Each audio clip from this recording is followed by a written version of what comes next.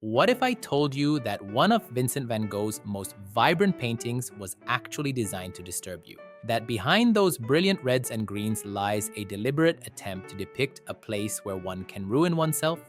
It's Oleg G from Art Explained Simply and Quickly, and today we're stepping into The Night Café, a painting that Van Gogh himself described as one of his ugliest works, yet one that reveals the darkest corners of human experience through some of the brightest colors ever put to canvas. Let's begin with what Van Gogh himself said about this painting, because it's absolutely fascinating. In a letter to his brother Theo, he wrote, "I have tried to express the terrible passions of humanity by means of red and green. Not beauty, not comfort, but terrible passions." He wasn't creating a pleasant scene, he was deliberately using color to create psychological disturbance. Look at those walls. That blood red color seems to vibrate against the sickly green ceiling. This wasn't a random choice. Van Gogh was pioneering the use of complementary colors to create specific emotional effects. Red and green, placed side by side, create visual tension. They fight each other optically. The longer you look, the more uncomfortable it becomes. Now notice that the perspective seems slightly off. The floor tilts upward, the walls don't quite align, and the ceiling presses down. This spatial distortion isn't a mistake, it's psychological perspective. Van Gogh deliberately warped the space to create a sense of unease, as if the room itself is unstable. He was painting not just how the cafe looked, but how it felt to be there at 3 a.m., perhaps after too much absinthe. Speaking of time, let's talk about that clock on the wall. It reads 12:15. But Van Gogh painted this scene in the middle of the night. Is the clock broken, or is it showing a different kind of time? The suspended, endless quality of night when you're trapped in insomnia or despair. This small detail speaks volumes about how Van Gogh experienced time during his psychological struggles. The six figures in the room tell a disturbing story. Look at how they're arranged: isolated, disconnected, slumped over tables, or standing awkwardly. Van Gogh described them as night prowlers who have no home. The man in white at the center is likely the cafe owner, Joseph Ginu.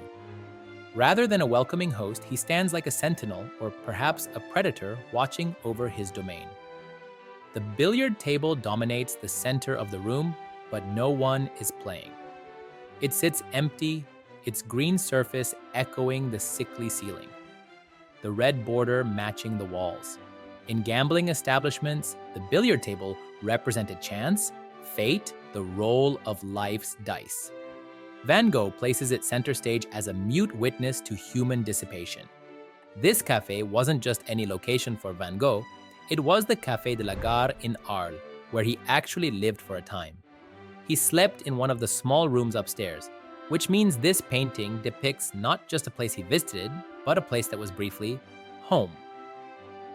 The personal connection makes the painting's disturbing qualities all the more poignant. Look at the bottles on the table in the foreground. Van Gogh was painfully familiar with alcoholism and its effects. He himself struggled with drinking, particularly absinthe, which was notorious for its hallucinogenic properties. These bottles represent not conviviality, but dependency, escape, self-medication, themes that resonated deeply in Van Gogh's own life. The painting's composition creates a kind of trap. Notice how the lines of the floorboards draw you in, but there's no clear path out. The doors at the back don't promise escape, but suggest further, unknown spaces. The arrangement creates what psychologists might call an approach-avoidance conflict. We're drawn into the space while simultaneously wanting to retreat from it. The lighting fixtures deserve special attention. These gas lamps emit a harsh, sickly glow that Van Gogh renders as starburst patterns, halos of unnatural light. They don't illuminate so much as expose and distort. Compare these artificial stars to the natural stars in his more famous Starry Night. painted just months later, nature's cosmic beauty versus humanity's harsh artificial substitutes. Van Gogh's brushwork tells its own story. Look closely at how he applies paint, thick directional strokes that seem to vibrate with nervous energy. The technique itself embodies the psychological state he's depicting. There's nothing calm or controlled here.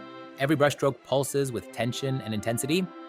The empty chairs in the foreground invite us uncomfortably into the scene. This was a deliberate technique Van Gogh used in several paintings. These aren't just any chairs. They're similar to the chair he painted as a symbolic portrait of his friend Paul Gauguin, with whom his relationship would soon violently deteriorate. Color symbolism runs deep throughout the canvas. Beyond the clashing red and green, notice the sulfurous yellows Van Gogh uses for the floor, reminiscent of brimstone, suggesting a hellish environment. The sickly greens recall absinthe, the green fairy, that was destroying so many lives in late 19th century France, including arguably Van Gogh's own. There's a striking contrast between interior and exterior. Through the doorways, we glimpse hints of blue night, a cooler, possibly more peaceful world outside. But the cafe's occupants remain trapped inside, under harsh light, as if unable to escape to that quieter reality. This tension between inside and outside appears throughout Van Gogh's work.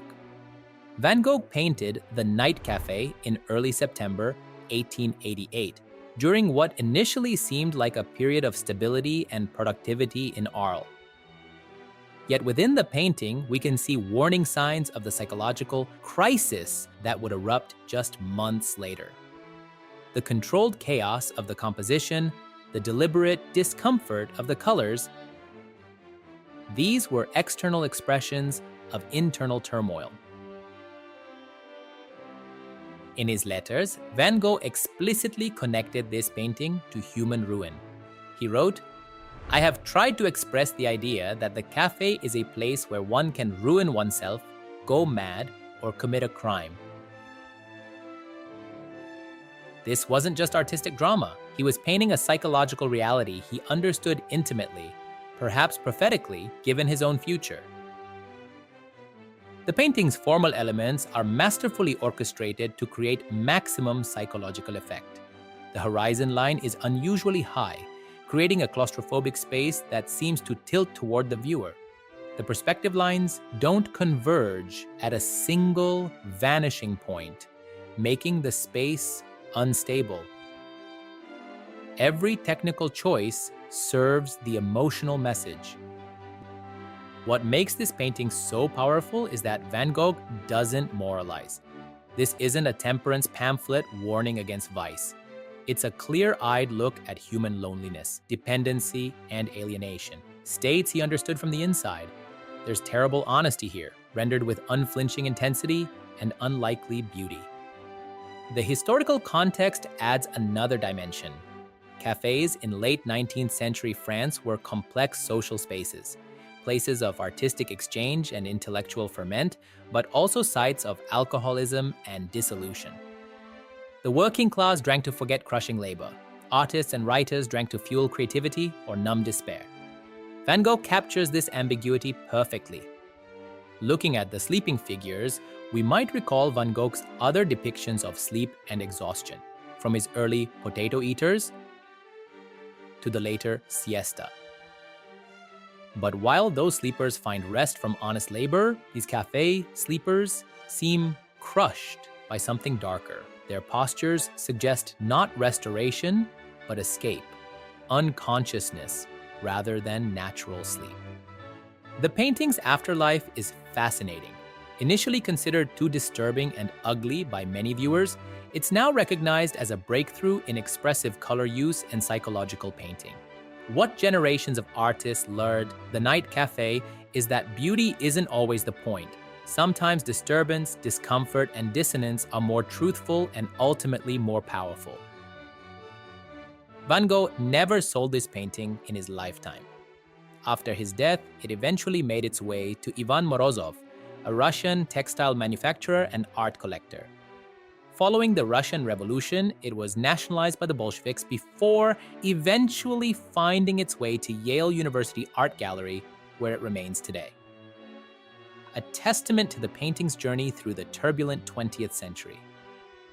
If you're fascinated by how artists use technical elements to create profound psychological effects, hit that subscribe button right now and join our community of art explorers. Every week on Art Explained, simply and quickly, we uncover the hidden meanings behind history's most powerful artworks. What aspect of Van Gogh's emotional use of color would you like us to explore in more detail?